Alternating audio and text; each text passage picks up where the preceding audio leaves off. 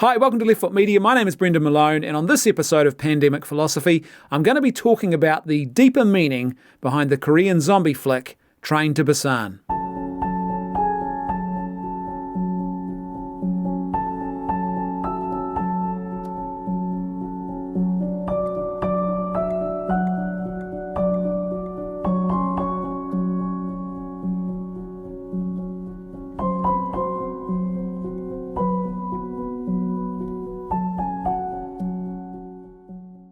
Before we go any further with this episode, I should start with two important caveats. Number one, there's going to be spoilers, and number two, you are almost certainly about to hear me butcher the pronunciation of some Korean names. I apologise in advance for that. I'm not trying to be offensive. I'm just a dude trying to say another dude's name in a foreign language that I'm not particularly well versed in. So let's get into this. Train to Busan is the 2016 film directed by Sang Ho-yoon, starring Yoo Gung, Yoo Mi-jung, Dong Sik-ma, Yoo Sung-kim, and Soo-an Kim. The premise of this film is pretty simple. This is about a group of passengers who are on a train from Seoul to the city of Busan during a zombie outbreak in Korea. And what it's about is about the interaction between those characters as this zombie virus makes its way onto their train, and they are on this constantly moving vehicle in a world that is collapsing around them. This is a really well-paced film with some great action set pieces. There's some great acting in this and plenty of nail-biting suspense. As I've said previously, this is one of the best zombie films I think that's ever been released since the movie 28 Days Later. But what I'm really interested in about this movie is the human drama, because that forms the real central heart of the story and, if you like, the pandemic philosophy that we see at the heart, the deeper meaning of what this movie is all about. A good zombie film, a good viral film, is really all about that human drama and that human interaction and this exploration of human morality and decision-making under pressure when you talk about a catastrophic, world-changing event that is also encompassed by great fear. And what happens to people in those moments? How do they act? And so good pandemic films are really a great opportunity to unpack those big, important questions about the human experience. And Train to Busan lives up to that expectation in a really, really well-crafted kind of way. The central heart of this story really is all about fatherhood and the importance of authentic fatherhood, which is built on authentic self-giving love. The main character in this movie is a corporate workaholic father who is estranged from his wife, and he is taking his young daughter on a train trip to Busan in order to drop her off with her mother so he can then get back to work. He's a guy who's got plenty of shortcomings. In a nutshell, he is failing miserably at his calling to fatherhood because he's selfish and his life priorities are all completely out of order. He has his life in a completely disordered state, and his daughter is becoming the collateral damage as a result of that. There's this fascinating scene where we see early in the film, he buys his daughter a birthday present. It happens last minute. He gets one of his assistants to actually buy the present, and the gift that he gives his daughter is a Nintendo Wii. But when we get home and he gives his daughter this present, we discover he has already given her the exact same gift on a previous occasion. It is a great little plot moment in this film which just sums up so perfectly how unfocused, how disinterested this guy is in the life of his own daughter and the total lack of love really that he is showing towards her, and how his whole priority, his whole focus is on his work life and on his career. There's this great moment of foreshadowing that happens early on in the film where his daughter is supposed to perform a song in front of her classmates, and her dad is supposed to be there, but he doesn't show up, and so she can't complete the song. The reason she tells her father that she can't complete the song is because she was singing it for him and he didn't show up. It just sums up perfectly the failures of fatherhood that this guy is living out when he gets onto this train with his daughter. What the writers then do is they create a fascinating little triangle of masculinity, you might call it, involving him and two other male characters. The first is a guy by the name of Sang-hwa. He is a first-time father who is travelling with his heavily pregnant wife and unborn child on that same train to Busan. He is the polar opposite to our main character. You see this in the way that he dresses. His clothing is not corporate attire. He is with his wife. And then when the action starts to unfold and the outbreak starts happening on the train, he is willing to actually go into bat for others and to try and save other people and not just save his own skin. He's not someone who's selfish, he's someone who's selfless. He's basically the mentor who offers our main character a good and true vision of masculinity that's really embodied in the self-sacrificial love of authentic fatherhood. He offers that mentor and role modeling to our main character as an example. And in fact, he even has these one or two moments where he effectively mentors him and tells him how he should be acting and corrects his bad behavior. There's this interesting scene that happens later on in the film where they discuss fatherhood, the two of them talking, a moment of sort of beautiful but very simple sort of honesty. And this character, our main character, who's really up until that point has clearly, as it's been shown to us, has been failing in this area. Sang-hwa says to him, it's all about sacrifice, right?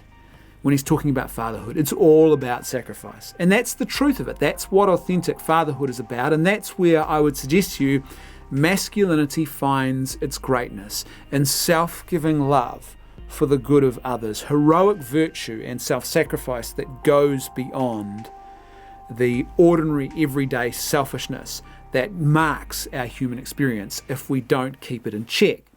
The second character in this little triangle of masculinity is an older corporate manager. This guy offers a completely distorted and hellish vision of selfish, virtueless, and you probably call it totally immoral survival of the fittest at any cost. This is a guy who is willing to do whatever it takes, even sacrificing other people, to keep himself alive. This man literally assaults a young teenage schoolgirl twice in order to try and save himself. Now, there's lots of interesting parallels between this character, Yeon Suk, who is the older man, and Suk Woo, who is the younger father who is struggling to live out his authentic masculinity. Both of them are corporate managers. Both of them dress in an almost identical fashion with their suit, sort of corporate attire. Both live with their mothers and without a wife. They both look very similar. In fact, what you see in Yeon Suk, I think, is like an older version of Suk Woo. He looks very, very similar. He just looks like his future, basically. Both get on their mobile phones at the same time at one particular point in the film to get information.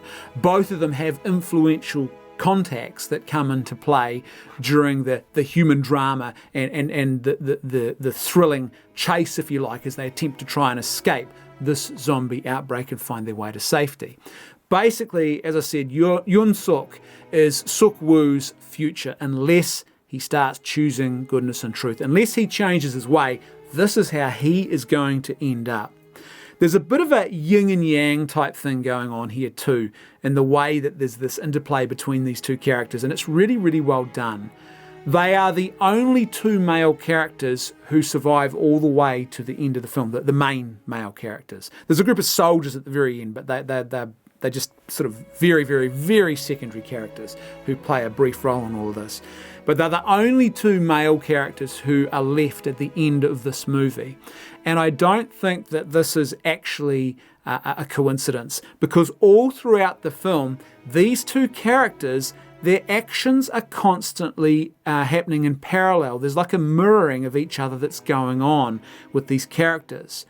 Like I said, I think what you've got here is really, it's like a duality. And it's the potential future for one character is played out in that older character. And what the younger character ends up doing is what the older character could have been if he'd chosen differently. It's really something I think that sums up so well the struggle between good and evil that we all have to contend with each day in our own lives. All throughout this film, as I said, you constantly see their actions mirroring or paralleling each other. So, for example, the daughter, when she first sees Yeon Suk, her dad is asleep. And there's this interesting little camera pan. She looks away, she looks at her father, and then she turns and she sees Yeon Suk, this older version of her dad, for the very first time. And there's sort of this interesting idea, I think, in this of again, that duality. Her dad's asleep, he's awake. There's sort of there's an interesting sort of, what you might call a mystical element maybe, or a psychological element. There's a sort of Jungian type signature in that little moment. Then we have another moment in the film where Yeon Suk is at one end of the carriage and Suk-woo is at the other end of the carriage when the zombie attack begins. And the interesting thing is that Yeon Suk, the older guy who's, his future, his potential future, if he doesn't change his ways, he's actually at the front of the carriage. So he's leading the way, if you like, in a sense, in this sort of duality between these two men. Both men act very quickly to try and shut the doors when the attack first starts. This sort of indicates they have a sort of simpatico-psychology and instinct for survival. During his encounter with Sang-hwa, Sik-woo acts just like Yeon Suk initially during that very first encounter that they have, and he closes the door on Sang-hwa in an attempt to try and save himself. He's willing to leave this truly good man, and for no good reason, to sacrifice him and to allow him to be killed in order to save himself. In fact, just after that, after he's been remonstrated with and lectured to about his behaviour, he tells his daughter, at a time like this, you've got to watch out for yourself.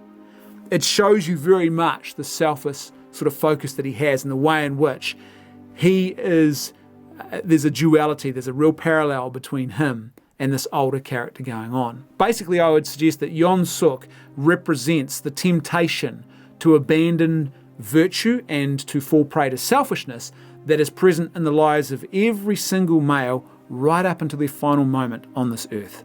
We all have to struggle against that tendency towards selfishness. And this relationship we see played out on the screen is just such a great metaphor for that. It reminded me of that old Indian parable of the two wolves fighting, where that young Indian comes across an older Indian and he asks him what's going on, and he says, there are two wolves inside of me and they are constantly at war with each other. There's a white wolf and a black wolf. The white wolf is good, the black wolf is evil. And the young Indian says to the older man, who's winning? And the older Indian looks at him and he says, whichever one I feed the most. And that's really, I think, what you see played out on the screen. And I instantly thought of that parallel when I got to the end of this film and the way in which that duality, that relationship had played out. These two wolves at war with each other inside every single man throughout the entirety of our lives. And basically, Yeon Suk is the black wolf. He's present right to the very end. And Sang-hwa, who is the good role model of fatherhood, he's like the white wolf. They are both calling to this character. They are both calling to this man, one towards goodness and truth, the other one towards selfish and darkness. Sang-hwa models that authentic masculinity to Suk-woo.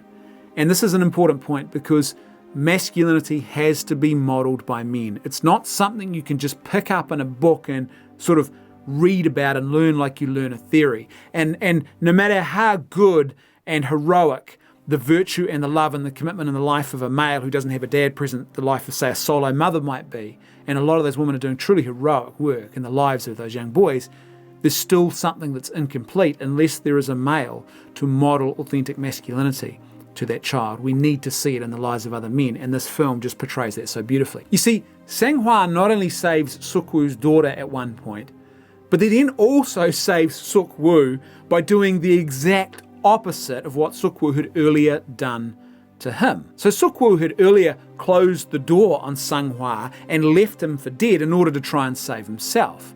But then later on, Sang-hwa holds the door open and actually saves him after he has saved his daughter as well. Now, at the same time this is all going on in the plot, we have Yeon Suk, that older character, who is the Black Wolf, who is becoming more and more entrenched in his own selfishness and evil. It is at that point that he assaults a teenage girl for the first time, throws her out of the way, violently assaults her, and forces the train to depart before those other men have returned because he desperately wants to save himself. This is a moment that starts the crescendo of this struggle between good and evil that we see played out in this film, and it comes to its peak a little bit later on after that on board the train. Sung-hwa is fighting to close a door between the two carriages, and on the other side of this door you have the infected, and then behind him there is a pathway to safety where those who are not infected are. And so the zombies are trying to get through this door, and Sung-hwa is desperately trying to close the door, but there's a bit of a zombie who has got themselves wedged in the door. Now he tries to get a bit of leverage and put his hand in a better place on the door, and when he does so, he is bitten. And we know in this film that as soon as you're bitten, you very, very quickly turn. And so that's it. That's his death sentence. And he knows that it's all over for him. Now, what's interesting and so fascinating, this is a really important crescendo moment in this film. Suk-woo is right there beside him in that moment, trying to force the door closed with him. And he sees that he has been bitten by the zombie. Now, previously, he wouldn't have even been there trying to help him close that door. He would have been saving his own skin. So that's the first thing. He's right there beside him. Secondly, even after Sung-hwa has been bitten, he stays there. He doesn't instantly run away. He stays beside this other man. Again, it's a little subtle reference, I think, to the sort of the fatherly role that he's played. He doesn't abandon him now. There's something about that relationship that's good. And it's also an important reference to the fact that he is now changing. In fact, he doesn't even leave Sung-hwa's side until Sung-hwa yells at him and tells him that he has to go. Now, here's the other interesting thing. Before he leaves his side, he turns to Sung-hwa and he says sorry. It's this profound moment where he is acknowledging the suffering of another person. This is empathy at play. It's not about him anymore. It's not about his own selfish survival. It is about this man and his well-being and what is happening to him. It's such a beautiful and profoundly important moment in this film. Then what happens after that is Suk-woo has to turn and run to fight to keep the door at the other end open so those small handful of survivors can actually make their way to safety. Now what he finds this time is he's now fighting against Yeon Suk, the older man.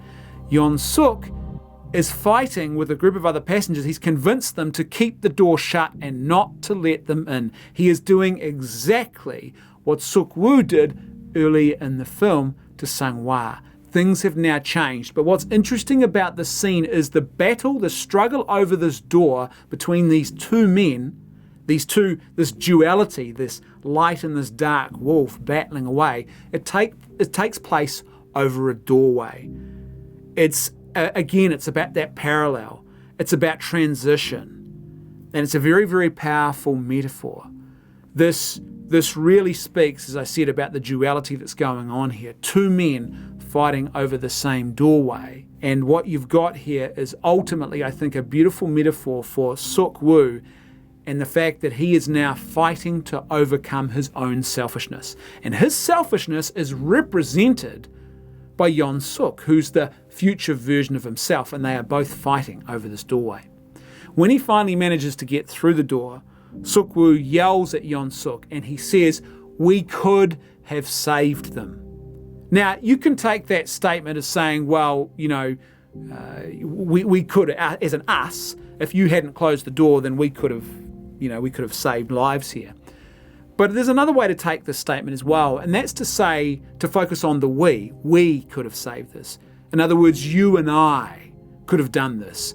The duality, the two men who are actually both sides or flip sides of the same coin that exists within the life of Suk-woo. And I think that really sums up again and speaks to the parallel that's going on in the lives of these men. And then immediately after that, Yeon Suk convinces the other survivors to eject Sukwu and his little band of people out of their carriage, to kick them out and to abandon them. And there's this moment where the two men pass each other as they are leaving the carriage. And this is the moment which I think really sums up the split that's now happened. Sukwu is no longer the man that he once was. He is now left behind. He has now moved ahead of the train. Yon Suk is now behind him. He's not leading him any longer. He is now split from his old former selfish ways, and he is now doing something different. He has now actually taken leadership in a virtuous way within his own life. There's this great moment of foreshadowing that happens too, not long after that, where Sukwu is washing the blood off his hands in a basin on this train after the death of Sanghwa. And there's this moment where he looks down at his hand and he sees a large red bloodstain on his own hand. And that large red bloodstain, which we focus on for a moment, is in the pretty much almost identical spot where he will soon be bitten himself and his life will come to an end. It's a great little moment of foreshadowing. It's also very powerful baptismal imagery as well. The idea of washing your hands in a basin, washing the blood off your hands, he is washing his past away. He is being cleansed. This baptism of fire, if you like, has now called him into the life of authentic masculinity. Then comes the final moment of sacrifice for our main character, where he is bitten as he is saving Sanghwa's wife, unborn child, and his own young daughter. And he sacrifices himself to save the three of them. It's all about self-sacrifice, right? Sanghwa tells him earlier in the train when he's talking about fatherhood. And now, for the first time in his life, and because Sanghwa has modeled that to him, he now lives out authentic fatherhood, which is built on self-sacrificial love. And he literally sacrifices himself to save those others. It's this profoundly beautiful character arc and transformation of a character. And then after that, we see his daughter and Sanghwa's wife and unborn child as they've left this train. It comes to the end of the line at the barricades at Busan, and they're walking through this tunnel towards freedom. And in that moment, Sukwu's daughter begins to sing that exact same song that we saw her singing, but she could not complete earlier in the film because her father was not present in her life. There was no self-sacrificial fatherhood in her life. But because she has now experienced for the first time and in a very full and total way the total self-sacrifice of the love of her father for her, she's now able to complete the song. And that song isn't just important in that moment as a comfort for Sanghwa's wife. It's actually the thing that saves their life. Because there's a group of soldiers who have their scopes on them and they're not sure if they're zombies or not, and they're about to shoot them until they hear the song. So this song is this life-giving thing that comes from and grows out of this gift of self-giving love that authentic fatherhood is. Without that gift of self-giving love, she would have never ever been able to complete and to sing that song. So we realize that fatherhood and self-giving love isn't just important in the lives of the men who actually get themselves in order when they become dads and discover what authentic masculinity is supposed to be and live out a more virtuous and full and flourishing life. But it's also profoundly important in the lives of the people that they encounter and that they are in relationship with. They also benefit from this. This is something I've been talking about for a while, how fatherhood has a profound civilizing effect in the lives of men and on our societies. It is the ordinary and most important way in which men become civilized, by getting married and having kids, because your kids will call to you and transform you in a way that you never thought possible. They cause you to become less selfish and more virtuous if you willingly give yourself to that call of fatherhood. And when you do that, the world is transformed. You become more civilized. You become more virtuous. The people around you flourish as you flourish. And this film, this little metaphor, just sums that up so perfectly and so beautifully.